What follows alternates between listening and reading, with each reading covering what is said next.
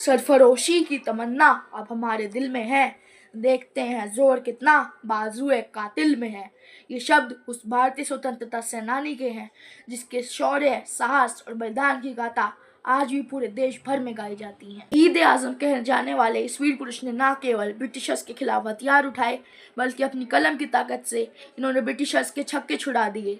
महज 23 साल की उम्र में ब्रिटिशर्स को घुटने टेकने पर मजबूर कर दिया और भारत माता की जय जयकार बोलते हुए खुशी खुशी फांसी के फंदे को चूमने वाले श्री वीर भगत सिंह को किसी भी परिचय की जरूरत नहीं है। महान क्रांतिकारी भगत सिंह का पूरा ही जीवन बहुत प्रेरणा देने वाला है। भगत सिंह का जन्म 27 सितंबर 1907 में पंजाब के बंगा नामक गांव में हुआ। उनके जन्म के समय उनके पिता किशन सिंह कॉलोनाइजेशन बिल का विरोध करने के कारण जेल की सजा काट रहे थे।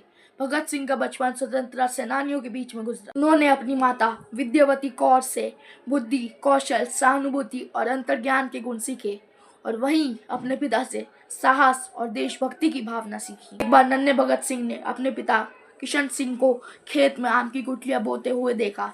यह देखकर भगत सिंह ने अपने पिता से प्रश्न किया कि पिताजी आप ये क्या कर रहे हैं।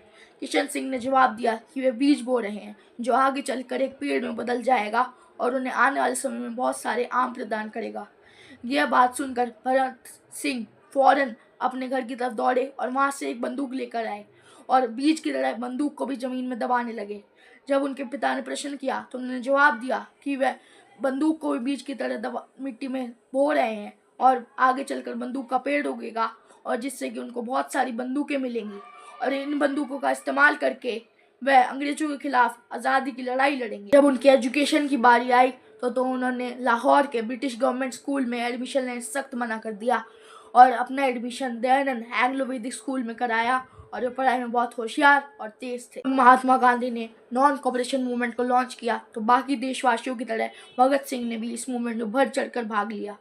वह गांधी जी के कहने पर ब्रिटिश सरकार द्वारा पब्लिश बुक्स को जलाया करते थे और अंग्रेजों को खुलेआम ललकारा करते थे। परंतु जब चौरी चौरा इंसिडेंट के कारण गांधी जी ने नॉन कॉपरेशन मूवमेंट को वापस ले लिया तो भगत सिंह बहुत निराश हुए और इसी के बाद उन्होंने क्रांतिकारी का मार्ग चुना।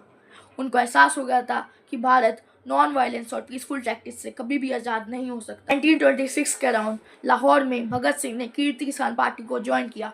शुरुआत में वह अंग्रेजों के खिलाफ आक्रामक लेख और पैम्पलेट छपवाया करते थे। बाद में उन्होंने खुद भी एक पार्टी का गठन किया जिसका नाम था नौजवान भारत सभा। 1927 में भगत सिंह को ब्रिटिश पुलिस ने हिरासत में ले लिया और जब उनकी कोर्ट में पेशी हुई तो उनके पिता किशन सिंह ने 60,000 रुपये देकर उनकी जमानत करवा ली। भगत सिंह ने हिंदुस्तान रिपब्लिकन एसोसिएशन के प्रमुख चंद्रशेखर आजाद से मुलाकात की।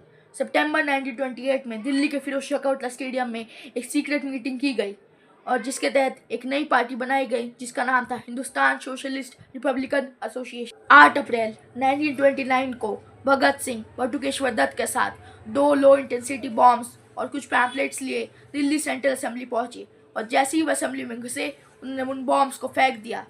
अगर भगत सिंह चाहते तो धुएं का फायदा उठाकर भाग सकते, लेकिन उन्होंने ऐसा नहीं किया, बल्कि उन्होंने पूरी असेंबली में इनकलाब जिंदाबाद के नारे लगाए और वे अरेस्ट हो गए। भगत सिंह ने जेल में ब्रिटिश पुलिस की नाक में दम कर रखा था। 7 अक्टूबर 1930 को राजगुरु भगत सिंह और सुखदेव को सजा सुनाई गई। 24 मार्च 1931 को उन्हें फांसी देने का निर्णय लिया गया। पूरे देश में इसके खिलाफ जमकर प्रदर्शन हुआ। ब्रिटिशर्स डर गए और उन्होंने फांसी देने की डेट को 24 मार्च से 23 मार्च को चेंज कर दिया। फांसी के समय इनकलाब जिंदाबाद का नारा लगाते हुए भगत सिंह ने अपने देश के लिए अपनी जान खुशी खुशी दे दी। अगर आपको कहानी पसंद आई तो मुझे फॉलो करें। इनकलाब जिंदाबाद।